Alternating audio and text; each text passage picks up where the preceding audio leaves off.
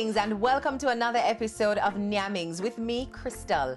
Now today we don't only have guests, but we are guests at the Walkerswood factory in St. Anne. We're actually at their Pimento Lodge and the scenery is breathtaking.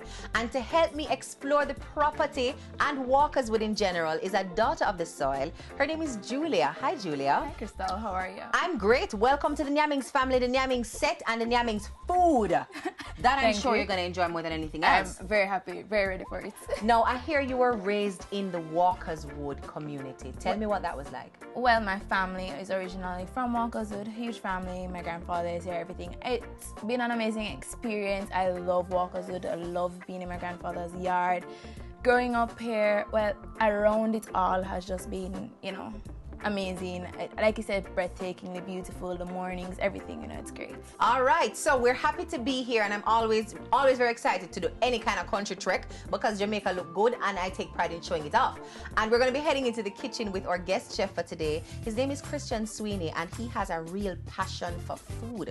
When I tell you say love food, he expresses himself through it, and he thinks it is your duty as a human being to pass on your passion through whatever you create. And for him, that's certainly in the kitchen. So we're going to be meeting him in just a few. But in the meantime, look for the people and property.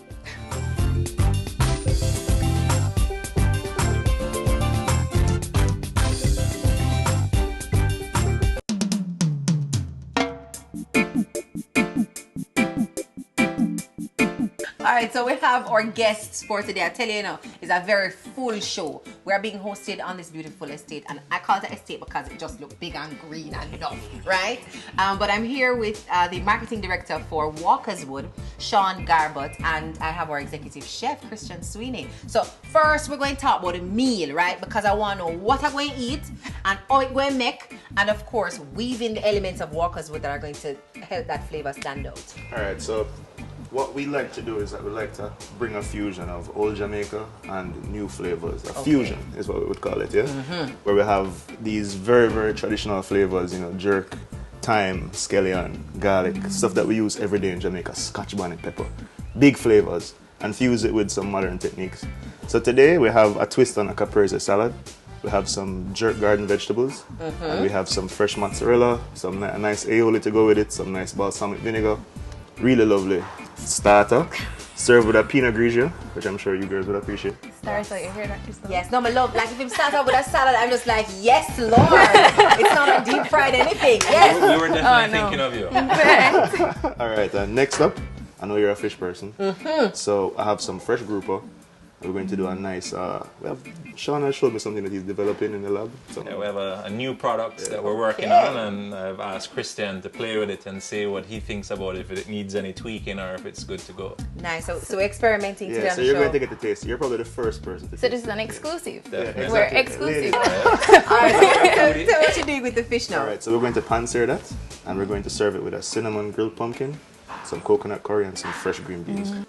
So we have a lot to do. You guys are going to go down to the farm and get the pepper for Christian to carry to the kitchen to get that meal going for us. And in the meantime, I'm going to go and look at the factory and see how it is that they carry out things here.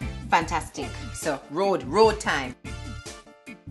Walkerswood, what it brings is a true authenticity to Jamaican flavors and of course our Jamaican iconic jerk seasoning.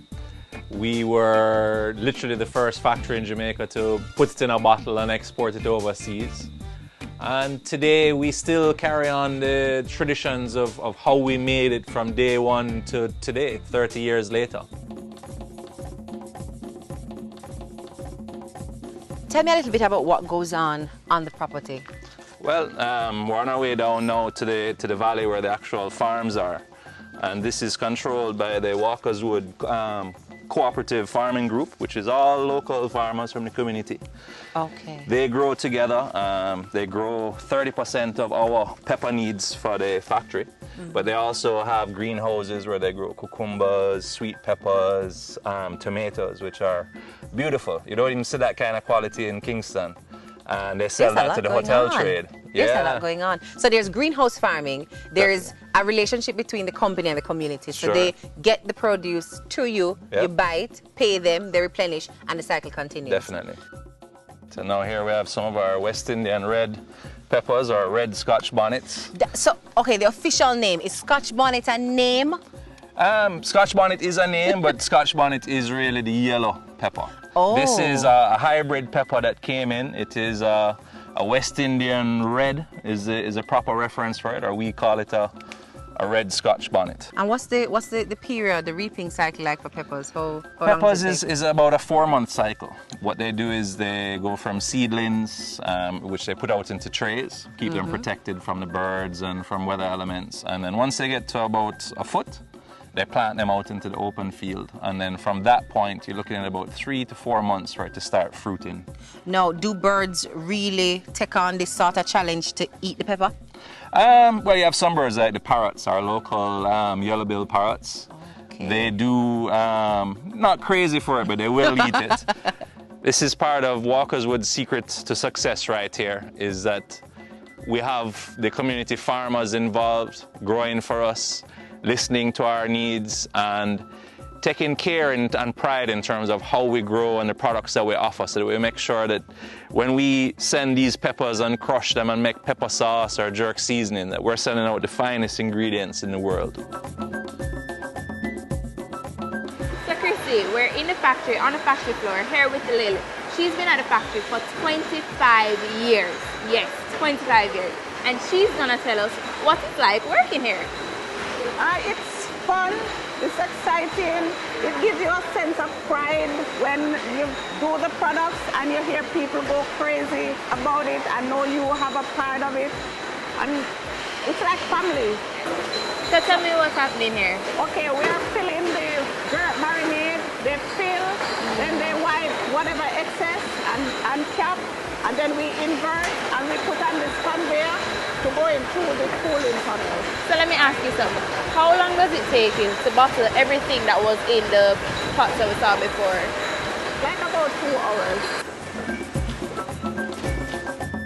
Why we ended up putting jerk seasoning in a bottle is it started originally in just a way to create employment for the community. So originally they were growing, raising pigs and stuff like that here in the community. So someone came up with the idea of jerking some pork and selling it to bars and tourist stops along the north coast. And the more that the tourists came to taste the flavors of Jamaica and the flavors of jerk specifically, they wanted to know how could they take it home with them. So that's how the idea really came about, to put our flavors in a bottle and be able to send them overseas.